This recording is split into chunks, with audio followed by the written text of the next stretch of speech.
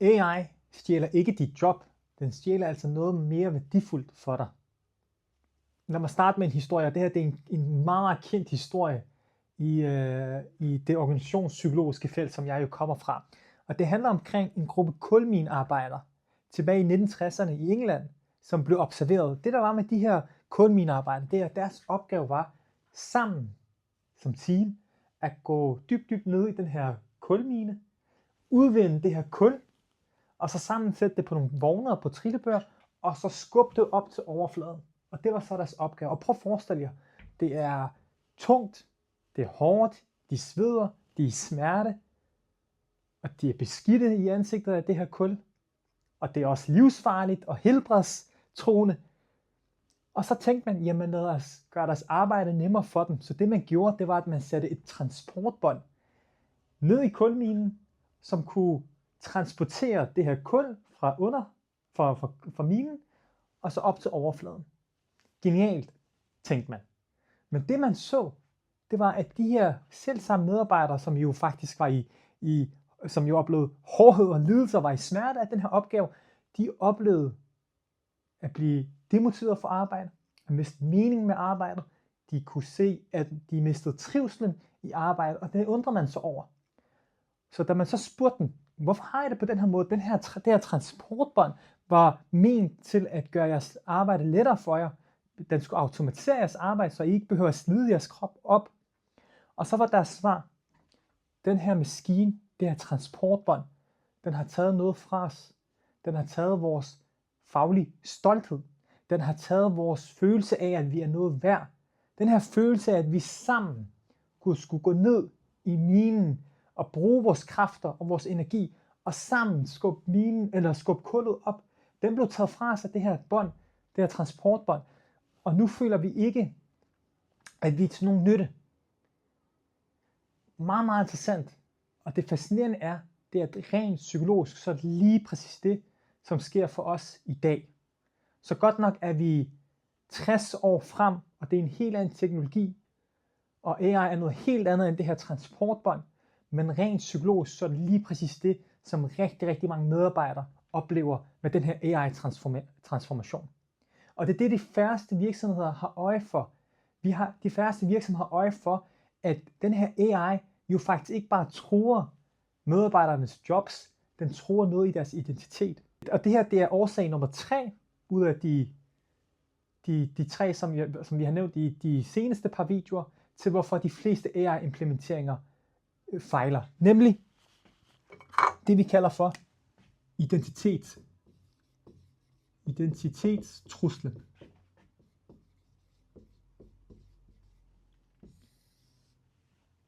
I Danmark, så er vi jo meget fagligt stolte.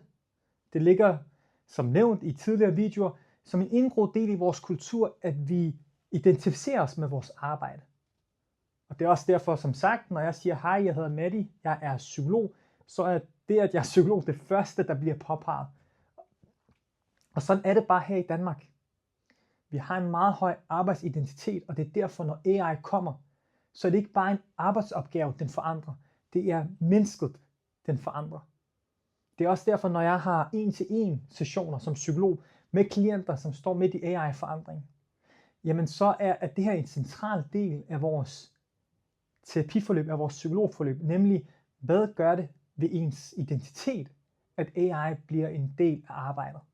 Det er også derfor, vi specifikt arbejder med det, vi kalder for fagligt sorg. Og det kan lyde lidt voldsomt med sorg, men det er jo faktisk lige præcis det, de fleste medarbejdere oplever. De sørger over at have mistet noget af deres faglighed. AI tager noget af vores faglighed, og i den proces, så tager den altså noget i os selv. Så de fleste medarbejdere føler, at de taber sig selv i processen. Og det vilde ved det her, det er, at fra et psykologisk perspektiv, så den sorg, medarbejderne oplever, er den samme sorg, man oplever, når man mister en person, man har nær. Når man mister en til døden. Fordi at i et dødsfald, så er det den fysiske person, man taber eller mister. Her, der mister man noget symbol. Det er på mere symbolsk niveau, men man mister også noget. Man mister noget i os selv. Og derfor så er det den samme sorgproces, man går igennem herhen, som man går igennem, hvis det havde været et dødsfald. Og det kan selvfølgelig godt lyde ret dramatisk og voldsomt at sige, at AI opleves det samme som et dødsfald. Og selvfølgelig er der forskel mellem at skulle bruge AI, og når en kær person dør. Selvfølgelig er der forskel, men fra et psykologisk perspektiv, så er det faktisk ikke så langt fra hinanden. Og det er derfor, det skal tages alvorligt.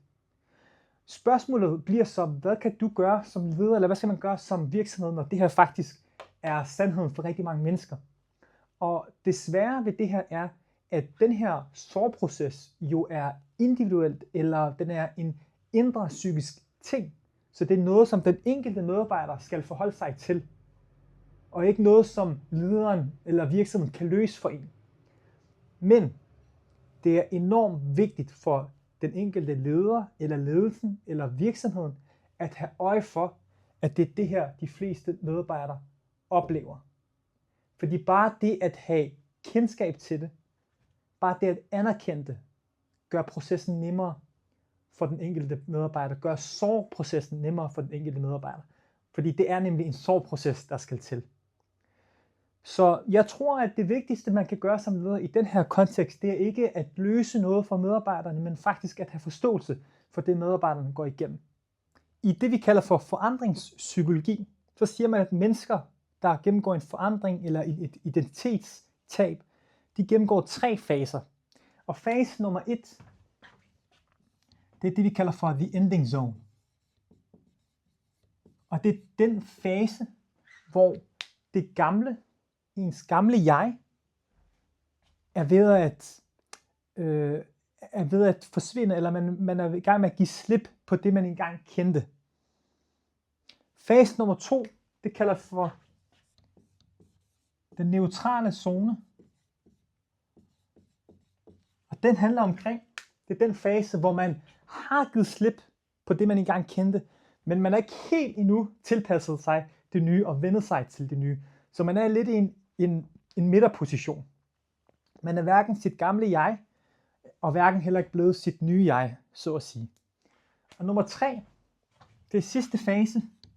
Det er den fase, vi kalder for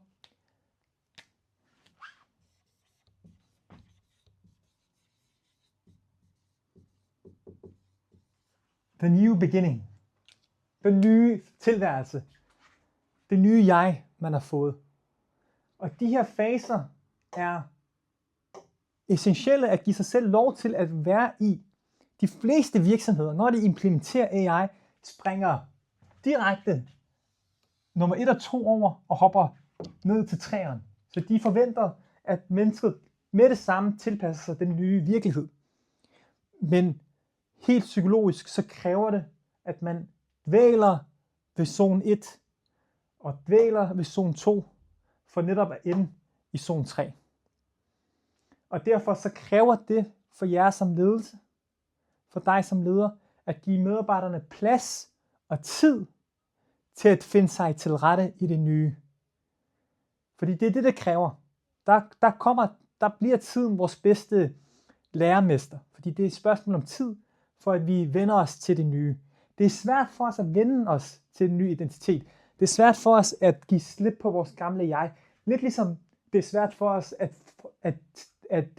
at vende os til en ny tilværelse, når vi mister en, som vi har haft nær, når vi mister en til død. Men vi kommer til at tilpasse os. Sådan er mennesket nu bare engang. Mennesket er enormt god til at tilpasse sig. Det kræver i de fleste tilfælde tid og plads. Og det er derfor, at det her det er en ydmyg opfordring til jer derude, at når I implementerer AI, så giv jeres medarbejdere mulighed for og plads til at dvæle i sorgen over at have mistet noget af sig selv, noget af sin identitet. Det fascinerende ved det her det er, at jo mere plads du giver dine medarbejdere til at finde sig til rette i det nye, jo hurtigere finder de sig til rette i det nye.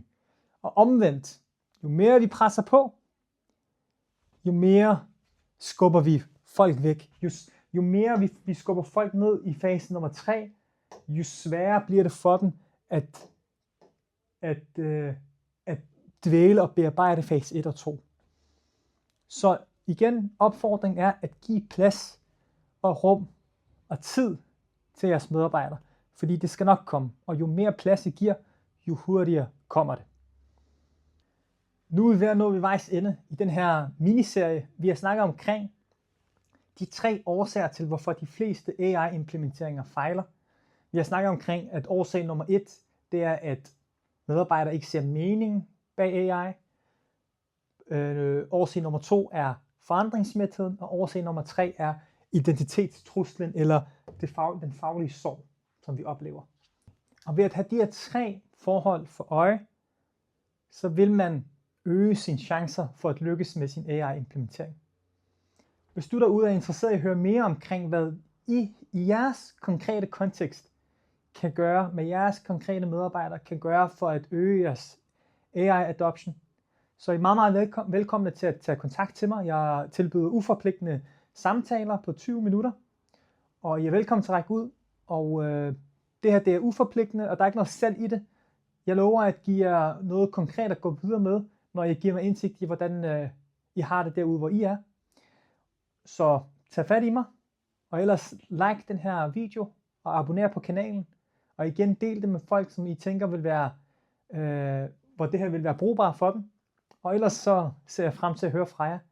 Jeg ønsker jer alt det bedste, og held og lykke derude. Hej.